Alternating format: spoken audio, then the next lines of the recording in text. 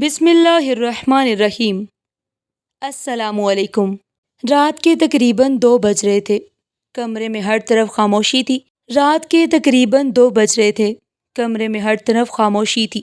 صرف پنکھے کی ہلکی سی آواز اور باہر کہیں دور کسی آوارہ کتے کے بھونکنے کی آواز گونج رہی تھی۔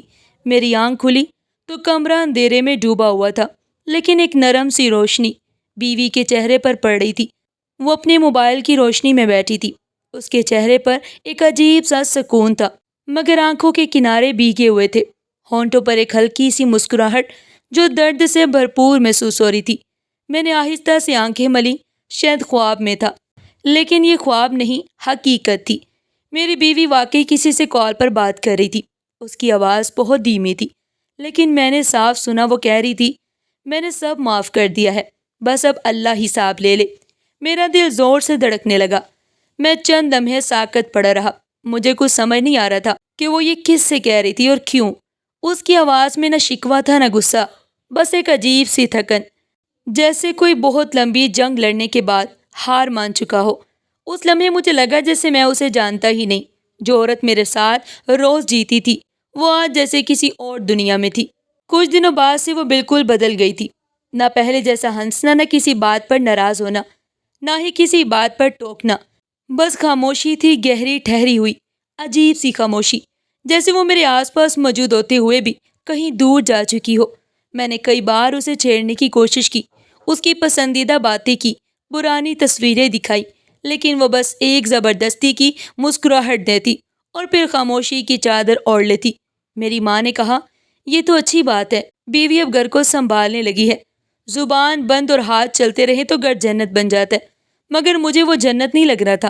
کچھ تھا جو چھپایا جا رہا تھا، کچھ تھا جو اس کے دل میں تھا لیکن زبان پر نہیں آ رہا تھا۔ میں نے اسے دیکھا تو محسوس ہوا کہ اس کی آنکھوں میں ہر وقت ایک تھکی ہوئی اداسی چھائی رہتی ہے، جیسے وہ کسی اندیکھی جنگ میں مسلسل ہار رہی ہو۔ میں سب کچھ دیکھ رہا تھا، لیکن پھر بھی کچھ نہ کر سکا، کیونکہ وہ جو خاموشی تھی نا، وہ صرف خاموشی نہیں تھی، وہ کسی ٹوٹے ہوئے بھروسے کا ماتم تھی جو میں سننے اور سمجھنے سے قاصر تھا۔ ایک دن ماں نے مجھے بلایا، چائے کا کپ میرے ہاتھ میں تھمایا اور نظریں چراتے ہوئے آہستہ سے بولی، بیٹا، میں کئی دنوں سے کچھ عجیب سا محسوس کر رہی ہوں۔ تمہاری بیوی رات کو اکثر کمرے سے باہر جاتی ہے، کبھی چھت پر، کبھی برآمدے میں، اور کئی بار تو موبائل پر بہت دیر تک باتیں کرتی رہتی ہے۔ وہ میرے پاس آتی بھی ہے تو جیسے نظریں چرانے لگتی ہے۔ مجھے تو کچھ گڑبڑ لگ رہی ہے۔ میں نے یہ سنا تو زور سے ہنس پڑا۔ کہا، ماں، تم آج کل بہت فلمیں دیکھنے لگی ہو، تمہیں ہر بات میں شک دکھائی دیتا ہے۔ وہ میری بیوی ہے، اسے شاید تنہائی پسند ہے، یا پھر وہ بس کچھ دیر سکون چاہتی ہے۔ ماں نے پھر بھی کہا، بیٹا، خاموشی کبھی کبھی سب کچھ کہہ جاتی ہے، صرف سننے والا ہونا چاہیے۔ میں نے ماں کی بات کو مذاق میں ٹال دیا، لیکن سچ یہ ہے کہ جیسے ہی میں وہاں سے اٹھا، دل کے کسی کونے میں ایک انجانی سی ٹھنڈک اتر گئی، جیسے کوئی چھوٹا سا کانٹا اندر چبھ گیا ہو، جس کی چبھن ابھی تو ہلکی ہے، لیکن شاید آنے والے دنوں میں وہ ناسور بن جائے۔ ایک دن وہ جلدی میں کہیں گئی اور اپنا موبائل بیڈ پر ہی چھوڑ گئی۔ میں اس وقت جاگ رہا تھا، لیکن آنکھیں موندے لیٹا ہوا تھا۔ اچانک موبائل کی اسکرین بار بار روشن ہونے لگی، ایک ہی نمبر بار بار آ رہا تھا۔ میں نے چونک کر دیکھا، کوئی نام سیو نہیں تھا، بس ایک اجنبی نمبر جو ضدی بچوں کی طرح مسلسل بار بار کال کیے جا رہا تھا۔ دل میں ایک عجیب سی بے چینی اترنے لگی، جیسے کسی بند دروازے کے پیچھے کچھ چل رہا ہو اور تم صرف سائے دیکھ رہے ہو۔ میری انگلی خود بخود موبائل کی طرف بڑھی، لاک کھولنے کی خواہش دل میں ایک طوفان کی طرح اٹھنے لگی۔ انگلی اسکرین پر رک گئی۔ مجھے اس کا لاک کوڈ پتا تھا، لیکن ہاتھ تھم گیا۔ ایک لمحے کو میں نے خود سے سوال کیا، کیا مجھے اس پر شک ہے؟ کیا میں اس پر اعتبار نہیں کرتا؟ یا یہ سب بس میرے دماغ کا وہم ہے؟ میں نے آنکھیں بند کی، ایک گہرا سانس لیا اور موبائل کو واپس رکھ دیا۔ لیکن وہ نمبر، وہ اسکرین کی روشنی اور وہ اندر کا کامتا ہوا دل، سب کچھ مجھے اندر ہی اندر کسی بڑے طوفان کے آنے کا اشارہ دے رہا تھا۔ بس میں ماننے کو تیار نہیں تھا۔ میری بیوی اور میرا چھوٹا بھائی کبھی دونوں ایک ساتھ ہنستے تھے، مذاق کرتے تھے، ایک ہی کمرے میں ہوتے تو گھر میں زندگی محسوس ہوتی تھی۔ دونوں کی باتوں میں شرارت ہوتی، ہنسی میں بے فکری، جیسے کوئی رشتہ بے داغ اور بے غرض ہو۔ لیکن کچھ مہینوں سے سب کچھ بدل گیا۔ اب جب کبھی میرا بھائی بات کرنے کی کوشش کرتا تو وہ فوراً کوئی بہانہ بنا کر کچن کی طرف نکل جاتی یا کسی کام میں مصروف ہونے کا ڈھونگ کرنے لگتی۔ وہ دونوں اب ایک دوسرے کی طرف دیکھتے بھی نہیں تھے، اور اگر کبھی نگاہیں ملتی بھی تو بس ایک لمحے کے لیے، جیسے کوئی خوف زدہ ہو، جیسے دل کے اندر کوئی ایسا راز چھپا ہو جو آنکھوں کے راستے باہر نہ نکل آئے۔ میں نے خود اپنی آنکھوں سے سب کچھ دیکھا، ان دونوں کا عجیب رویہ، وہ چھپی ہوئی بے چینی، وہ خاموش اشارے، مگر پھر بھی میرا دل ہر بار میری آنکھوں کو جھٹلا دیتا۔ میں خود کو سمجھاتا کہ یہ سب میرے ذہن کا وہم ہے، یہ میرا اپنا خون ہے، وہ میری بیوی ہے، ایسا سوچنا بھی گناہ ہے۔ لیکن کہیں اندر ایک آواز تھی جو کہہ رہی تھی کچھ ہے جو چھپایا جا رہا ہے، بس تو آنکھیں بند کر کے زندہ رہنا چاہتا ہے۔ رات کے سائے گہرے ہو چکے تھے، ہر طرف سناٹا چھایا ہوا تھا۔ میں کافی دیر سے دیکھ رہا تھا کہ وہ کہیں نظر نہیں آ رہی۔ دل میں عجیب سا خلا سا محسوس ہو رہا تھا، جیسے کوئی ادھورا جملہ ذہن میں اٹکا ہو۔ میں نے آہستہ سے سیڑھیاں چڑھی، کوئی آواز نہ ہو، بس ہوا کی سرسراہٹ تھی جو خاموشی کو توڑ رہی تھی۔ جب اوپر پہنچا تو چھت کا دروازہ بند نہیں تھا۔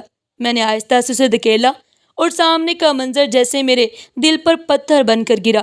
وہ چھت کے کونے میں بیٹھی ہوئی تھی، سردی کی ہلکی کھنکی میں اس کی چادر بھیگی ہوئی تھی، شاید آنکھوں سے برستی نمی سے۔ اس کے ہاتھ میں موبائل تھا اور وہ کسی سے بات کر رہی تھی۔ آواز بہت مدھم تھی، صرف کچھ ٹکڑے سنائی دے رہے تھے، کچھ ادھورے الفاظ، کچھ رکی ہوئی سانسیں۔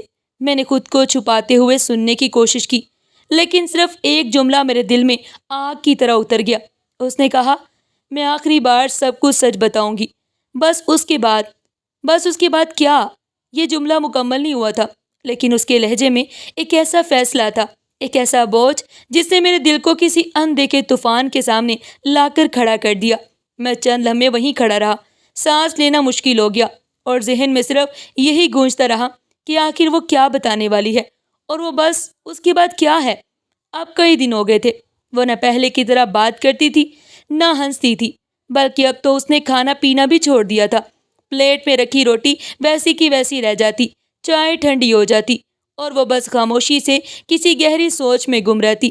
اس کا چہرہ زرد پڑ چکا تھا، جیسے رنگ ہی چھن گئے ہوں۔ آنکھوں میں ایک تھکی تھکی نمی تھی جو مسلسل وہاں ٹھہری ہوئی محسوس ہوتی۔ وہ آواز جو کبھی پورے گھر کو جگا دیتی، اب جیسے بجھ چکی تھی، مدھم، جیسے کوئی بہت دور سے بول رہا ہو۔ میں نے ایک دن اس کا ہاتھ پکڑا اور نرمی سے کہا، چلو ڈاکٹر کے پاس چلتے ہیں، تمہاری طبیعت دن بدن خراب ہوتی جا رہی ہے، مجھے ڈر لگ رہا ہے۔ اس نے میری طرف دیکھا اور ایک ایسی مسکراہٹ کے ساتھ جو شاید مسکراہٹ کم صبر کی آخری حد تھی، پھر بہت آہستگی سے بولی، میرے لیے اب کوئی دوا باقی نہیں۔ وہ جملہ سنتے ہی میری سانس جیسے تھم گئی، دل میں خوف سا اتر آیا، کیونکہ یہ جملہ میری بیماری کے بارے میں نہیں تھا، یہ جملہ کسی ایسی تکلیف کی طرف اشارہ تھا جس کا علاج دوا سے نہیں دعا سے ہوتا ہے۔ میں اس لمحے خود کو بے بس ترین انسان محسوس کر رہا تھا، کیونکہ میں صرف تماشائی تھا، اور وہ اندر ہی اندر کہیں بہت دور جا چکی تھی۔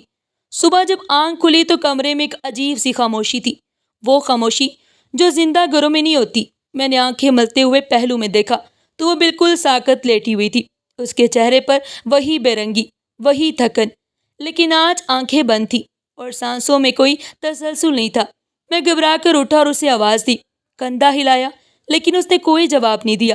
ایک پل کو دل جیسے کانپ گیا، میں چیخا، دروازہ کھولا، ماں کو بلایا، اور ہم فوراً اسے اسپتال لے کر دوڑے۔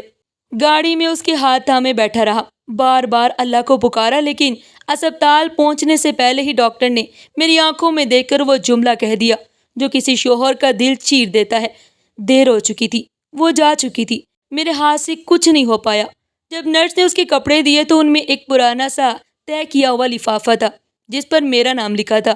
میرے ہاتھ کانپنے لگے، جیسے اس میں اس کی آخری سانس قید ہو۔ میں نے وہ خط کانپتے ہاتھوں سے کھولا اور پڑھنا شروع کیا۔ الفاظ دھندلے تھے، لیکن ہر لفظ چیخ رہا تھا۔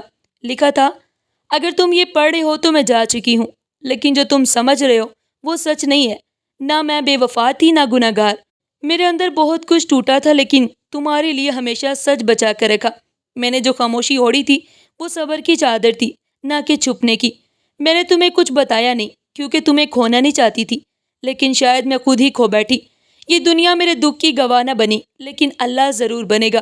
بس تم اتنا کرنا کہ میرے بارے میں جو سنا اس پر یقین مت کرنا۔ میرا سچ صرف تمہارے ہاتھ میں ہے۔ اسی خط میں، خط کے دوسرے صفحے پر الفاظ کچھ زیادہ کانپتے ہوئے تھے، جیسے ہر جملہ لکھتے ہوئے اس کے ہاتھ تھرتھرا رہے ہوں، جیسے ہر لفظ اس کے لیے ایک اذیت بن کر کاغذ پر اترا ہو۔ لکھا تھا، تمہارا بھائی جسے تم فرشتہ سمجھتے ہو وہ فرشتہ نہیں تھا. اس کی نظروں میں میرے لیے وہ احترام نہیں تھا جو ایک بابی کے لیے ہونا چاہیے. وہ ہر بار موقع تلاش کرتا, تنہائی ڈھونڈتا, نگاہوں سے کچھ کہتا جو زبان سے نہیں کہا جا سکتا تھا. میں نے ہر بار نظر جھکائی, ہر بار اسے نظر انداز کیا, صرف اس لیے کہ تمہارے دل میں اس کا مقام نہ گرے, تمہارے رشتے نہ ٹوٹے. میں نے تمہیں بدنامی سے بچایا, ماں کی عزت, تمہاری محبت, سب کچھ بچایا, بس خود کو قربان کر دیا. تم نے جب پوچھا کہ میں خاموش کیوں ہوں, میں تمہیں جواب نہیں دے سکتی تھی, کیونکہ اگر سچ بولتی تو شاید تم اپنے بھائی کو مار ڈالتے یا تمہاری ماں کا دل ٹوٹ جاتا. اس لیے میں چپ رہی, سب سہتی رہی, سب برداشت کرتی رہی. دن رات وہ زہر پی کر زندہ رہی اور تمہیں کچھ محسوس نہیں ہونے دیا. لیکن اب میری ہمت ختم ہو گئی. جسم جواب دے رہا ہے اور دل تھک چکا ہے. مجھے معاف کر دینا اگر میں کمزور نکلی, لیکن یاد رکھنا میں نے تم سے کبھی بے وفائی نہیں کی.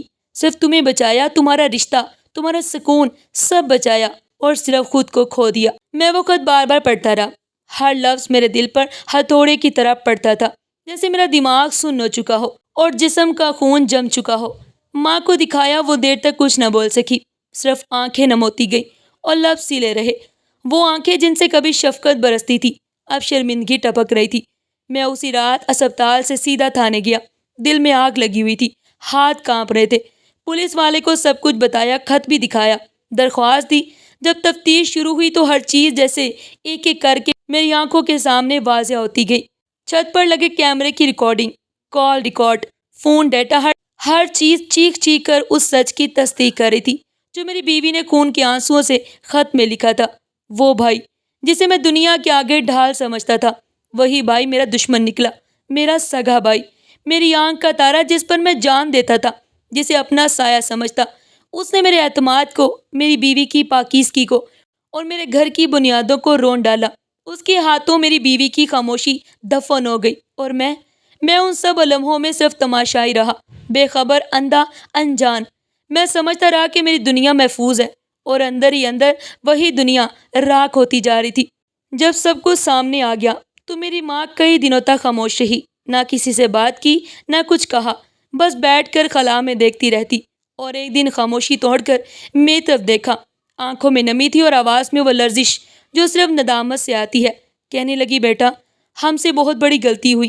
ہم نے تمہاری بیوی کو کبھی سمجھنے کی کوشش ہی نہیں کی, اور میں جو ماں تھی میں ہی اندھی ہو گئی. وہ بہت عظیم تھی, اس نے سب کچھ سہ لیا مگر کبھی کچھ نہ کہا. وہ اپنا درد خود پی گئی, لیکن ہمیں, تمہیں اور تمہارے بھائی کو کچھ نہ ہونے دیا. میں نے ماں کی آنکھوں میں وہ ٹوٹا ہوا غرور دیکھا جو شاید کسی کی عظمت کے آگے سر جھکا چکا ہو. میں نے کچھ نہ بولا. دل میں ایک طوفان تھا جو لفظ بن ہی نہ سکا, بس چپ چاپ نکلا اور قبرستان جا پہنچا. ہاتھ میں وہی پرانا خط تھا جس پر آج بھی اس کی خوشبو باقی تھی.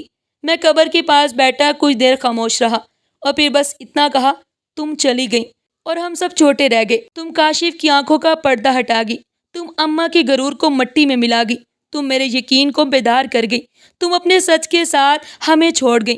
اور ہم جنہیں لگتا تھا ہم سب کچھ جانتے ہیں, آج خود کو سب سے چھوٹا, سب سے کمزور اور سب سے غلط محسوس کر رہے ہیں.